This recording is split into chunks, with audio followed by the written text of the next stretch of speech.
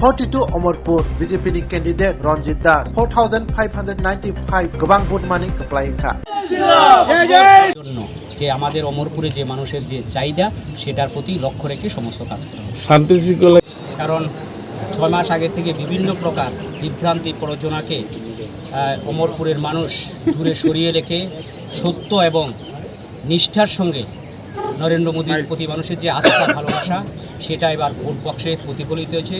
উন্নয়ন, শান্তি এবং সম্প্রীতির এই ভোট এবার প্রতিফলিত। তার জন্য আমি বিশেষভাবে ভারতীয় জনতা পার্টির সমস্ত কর্মকর্তা নিষ্ঠাবান, তাদের অক্লান্ত পরিশ্রম এবং বিশেষভাবে যারা ভোটার তাদের প্রতি আমি বিশেষভাবে আন্তরিক ধন্যবাদ জ্ঞাপন করছি।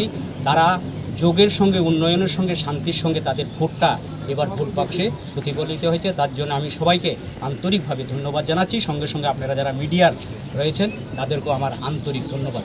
ভারত মাতা কি জানেন যে 18-র আগের যে বিগত দিনগুলোতে নির্বাচনের আগে, নির্বাচনের পরে, নির্বাচন উত্তর এবং নির্বাচনের পরে যেভাবে গণ্ডগোল হতো, এবার ভারতীয় জনতা পার্টি ক্ষমতার কেন্দ্রে নরেন্দ্র মোদীর সরকার এবং নির্বাচন কমিশনের তৎপরতা আপনারা দেখেছেন।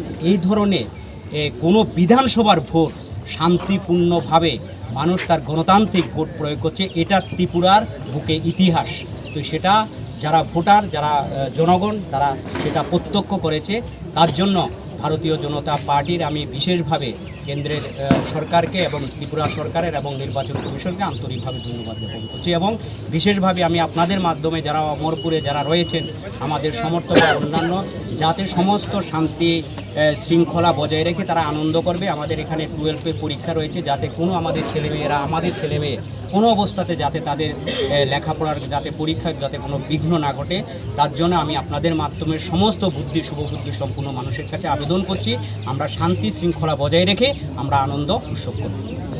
অমরপুরে দীর্ঘদিনে অমরপুর উদয়পুরের রোড আর অমরপুর হসপিটালে আমরা সিজারের ব্যবস্থা করা, সেগুলো মোটামুটিভাবে কথা হয়েছে এবং 5 রেফারেল হসপিটাল করা, এটার উপরে আমরা বিশেষভাবে গুরুত্ব দেব। এটাই অমরপুরের সমস্ত অংশের মানুষের এই দুটো দাবি বিশেষভাবে।